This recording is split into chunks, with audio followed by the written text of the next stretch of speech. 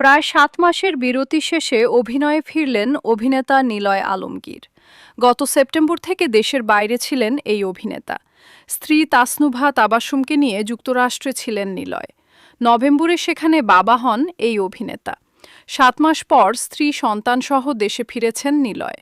ফিরে গত রবিবার থেকে শুটিংয়ে অংশ নিয়েছেন তিনি। পরিচালক নাজমুল রনির বেশ কয়েকটি নাটক দিয়ে শুটিংয়ে ফিরেছেন তিনি।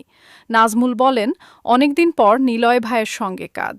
উনিও অনেকদিন বিরতির পর কাজে ফিরেছেন। রোববার থেকে শুটিং শুরু হয়েছে, এখনও চলছে। একটি নাটকের শুটিং শেষ হয়েছে। এটি ঈদের জন্য নির্মাণ করা হয়েছে। নাটকে নিলয়ের সহশিল্পী নীলাঞ্জনা নীলা। নাটকের নাম চূড়ান্ত হয়নি জানিয়ে এই পরিচালক বলেন, এটি কমেডি ঘরানার নাটক। ঈদে দর্শক যে ধরনের গল্প পছন্দ করেন তেমন গল্প নিয়েই আমাদের নাটক। দর্শক পছন্দ করবেন। আর নিলয় ভাইয়ের তো একটা দর্শক শ্রেণী আছেই। আশা করি নাটকটি সাড়া ফেলবে।